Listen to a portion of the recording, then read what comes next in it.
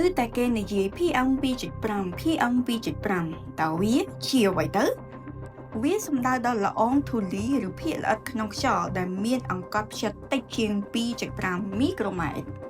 សាកស្រមៃមើលសក់របស់មនុស្សមានទំហំពី50ទៅ70មីក្រូម៉ែត្រតែละអองធូលី PM 2.5 គឺតូចជាងសក់មនុស្សទៅទៀតដែលมันអាចមើលឃើញដោយភ្នែកទទេបានPM 2.5 មានទំហំតូចណាស់ដែលអាចជៀសផុតពីប្រព័ន្ធការពាររាងកាយរបស់មនុស្សបាននៅពេលយើងដកដង្ហើមចូលវាចូលជ្រៅទៅក្នុងសួតនិងចរន្តឈាមរបស់យើងហើយរីករាលដាលដល់សរីរាង្គបេះដូងនិងខួរក្បាលថែមទៀតការប៉ះពាល់ក្នុងរយៈពេលយូរអាចបណ្ដាលមានជំងឺសួតជំងឺគាំងបេះដូងដាច់សរសៃឈាមខួរក្បាលជំងឺមហារីកនិងបញ្ហាសុខភាពផ្សេងៗទៀត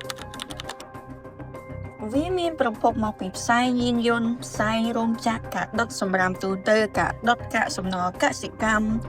ឬសម្រាមស្អុយរលួយចោលដោយគ្មានរបៀបប្រព័ន្ធលូគ្មានគម្របបិទជិតនិងឡា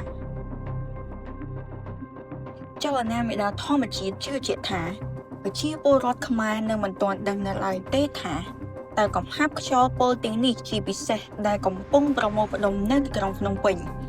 មានប៉ុន្មានភាគរយចេញពីផ្សែងយានយន្តប៉ុន្មានភាគរយចេញពីផ្សែងរោងចក្រ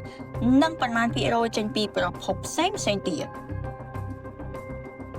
ក្នុងនាមយើងជាពលរដ្ឋខ្មែរត្រូវទទួលបានខ្យល់បរិសុទ្ធសម្រាប់ដកដង្ហើម free រាល់ថ្ងៃ